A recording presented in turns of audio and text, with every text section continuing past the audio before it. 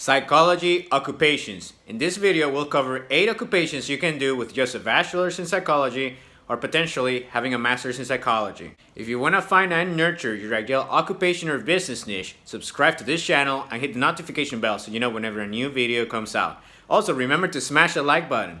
The first one will be sports psychologist. And this has to do with sports, you guessed it. So basically, if you want to be someone who's helping a coach of a team see how they can actually help create a rehabilitation program for someone who got injured, or how you want to keep the morale high, or you just want to do consulting for a sports team in a way in which you can help them with the behavior of the team, with how the physical effort is actually affecting the mental well-being of the players, and how to keep people at peak performance, then this might be for you. Many people who deal with high performance tend to deal with sports as well, and this is a way in which you can be both a psychologist and involved in sports. Do you enjoy telling people that they are insane? If so, you might love the next one, and that is number 2, forensic psychologist. So basically, you're going to be called to a trial, or you're going to have to deal with cops and lawyers in order to be able to assess the sanity or lack thereof of a defendant and whether or not they can actually stand trial, or they just did what they did because they were insane, so to speak. Do you love gossip? Because if that's the case, then you can potentially be a marriage counselor. Basically, you're a psychologist who deals with couples who may be going through some rough patches, and you're trying to help them sort through their differences before they actually go to the divorce court.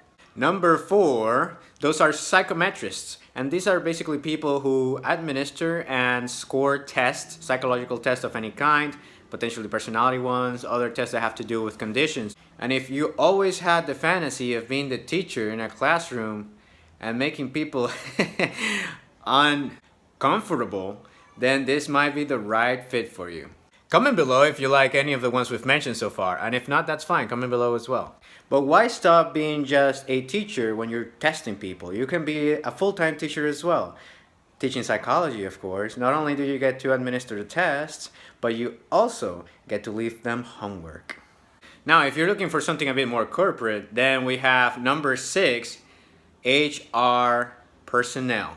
Essentially, you're just another person in the HR department, but because you're a psychologist, you're going to be put probably in the way of helping people figure out where some people should go, what kind of departments that will be a good fit psychologically speaking, maybe doing some of the psychometrics as well for new applicants in the recruiting process, in the screening process.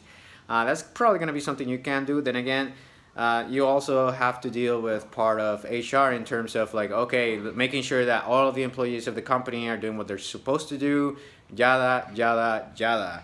Again, if you've had dreams of power and, and being just a corporate jerk, making other people feel uncomfortable, this might be it for you. In a similar vein, number 7 has to do with being an organizational, or sometimes they call it industrial psychologist, which has to do with making sure that people in the workplace in which you are having a good behavior, right? Like if there's something, if someone has an issue, they need someone to talk to and they need to do so in confidence, then there is an industrial psychologist there that you can go and approach so they can actually help you work through those issues. And finally, number 8, for those who love substances, this is a drug psychologist. Essentially, you're basically a counselor who's helping someone with their problem. This is serious, even though this is a quote-unquote entertainment video. This is basically what you do. You deal with people who may be going through symptoms of abstaining from taking drugs. Maybe they're in the process of stopping that. Maybe they haven't even started that, and they're having all of these issues in their life that you're going to help them with. So this is a very serious part. Again, all of the ones we've mentioned so far, you only really need a bachelor's. Maybe you need some extra experience in terms of getting, depending on the state or where you are, your jurisdiction, getting credentialized or getting a permit of some kind. There are other more in-depth ones that may require a PhD or a doctorate in psychology, but we're not talking about those here. Let me know in the comments if you would like me to, though.